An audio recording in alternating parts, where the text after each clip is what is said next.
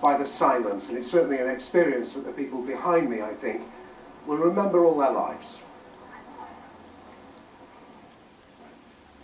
Everyone we spoke to said the wait, however long, had been worth it.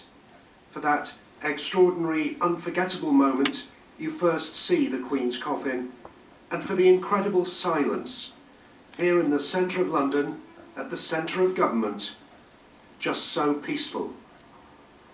The atmosphere is incredibly solemn, and all those people, we waited for a very, very short space of time, but there was just a feeling of incredible solemnity and I suppose gratitude to all the great service which she's given our country. I was fortunate enough to meet her on 3 occasions, and I hold those memories very dear, and so I felt that I came with my wife and son to say goodbye. Very, very emotional. Yeah, wonderful, so peaceful, so yeah, yes, it's worse. It's been worse to find 6 hours. Pretty epic. It was really sombre. It was more powerful than I expected, to be fair. Yeah, it's a very, very sad moment. A quiet kind of came over the room. The sound just stopped. All day, all ages, from all over the world, they came. And in the streets outside, where so many noisy political protests have taken place in recent years, there was also a special, unusual sense of calm. It's one of the most moving parts of this week. There are people, in one sense, the people here stand for all those in the country who would like to be here and can't be. And I've been out with the queues. They've come from all over the place. There's one from California. And it's very moving. A sense of deep affection for the stability that she represented and gave us. There are heads bowed, curtsies, kisses blown, salutes, and tears. Everyone has their own way to pay their respects, their own way to say goodbye. We just had to be here. That was the feeling from all the people we spoke to today. I'm quite sure it's the feeling of everybody behind me, here at the front of the queue, and I'm sure it's the feeling of all those people at the back of the queue. And Derek Johnson is with them now.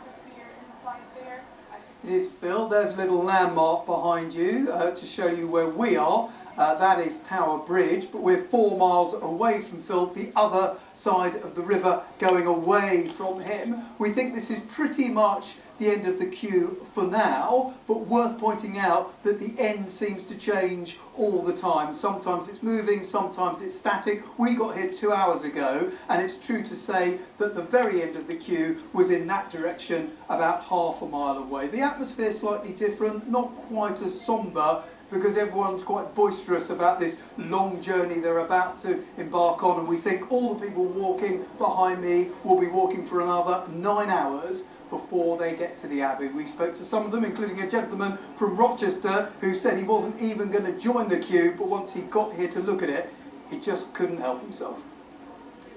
I've heard it's going to be 30 hours, it's a 4-mile queue, Sure. Yeah. It reminds me a little bit of the London Marathon. I've done that a few times, so but a lot more people, nice weather, so not a problem.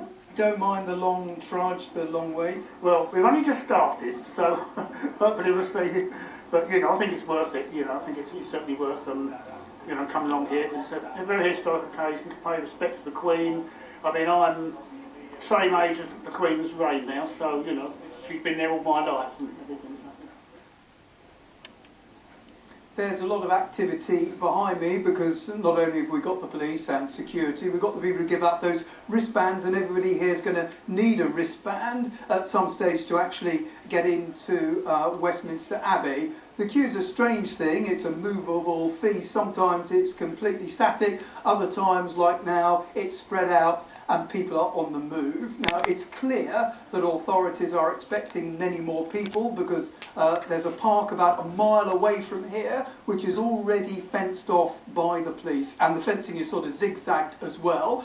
They're expecting many more than even we have tonight. They're going to be backed up to that park, and it will possibly take a lot longer then to get to the very front of the queue. Everybody here is very determined though, because they understand it's a once in a lifetime experience.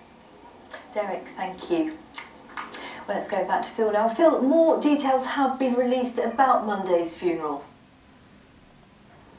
Yes, that's right, Sangeeta. The lying state will carry on night and day until Monday morning 6:30. That's when the doors will close. The state funeral will begin at 11 o'clock at Westminster Abbey, which is literally just across the road from the Houses of Parliament. The service is expected to last almost an hour, after which there will be a 2-minute silence, which it's hoped will be observed throughout the nation. Then the Queen's coffin will be taken back through the streets of London to begin the long journey to Windsor, where there will be a private service, and she will be laid to rest next to her late husband. It will be a huge security operation here in the centre of London, with leaders from just about every country in the world, apart from Russia and Belarus, and it will be the biggest TV audience for any single event in world history. Phil, thank you.